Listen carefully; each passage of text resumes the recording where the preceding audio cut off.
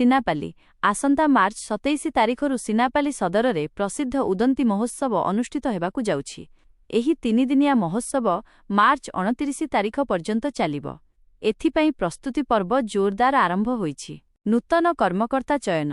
ମହୋତ୍ସବକୁ ସୁଚାରୁରୂପେ ପରିଚାଳନା କରିବା ପାଇଁ ଏକ ସ୍ୱତନ୍ତ୍ର ପାଳନ କମିଟି ଗଠନ କରାଯାଇଛି।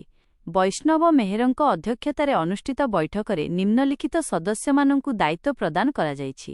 ସଭାପତି ପ୍ରିୟରଞ୍ଜନ ମେହେର, ଉପସଭାପତି ଅଜିତ ଯୋଶୀ, ରଜନୀକାନ୍ତ ମାଝୀ ଓ ମନୋରଞ୍ଜନ ମେହେର, ସମ୍ପାଦକ ସୁରଜ ମେହେର, ସହସମ୍ପାଦକ ଜିତୁ ମେହେର, ସୁଶାନ୍ତ ନାୟକ ଓ ବଂଶୀଧର ଜଗତ, କୋଷାଧ୍ୟକ୍ଷ ଦିବ୍ୟରଞ୍ଜନ ନାୟକ। ଉପସ୍ଥିତ ସଦସ୍ୟ। ଏହି ବୈଠକରେ ସିନାପାଲିର ଅନେକ ବରିଷ୍ଠ ନାଗରିକ ଓ ବୁଦ୍ଧିଜୀବୀ ଯୋଗଦେଇ ନିଜର ସୁଚିନ୍ତିତ ମତାମତ ରଖିଥିଲେ।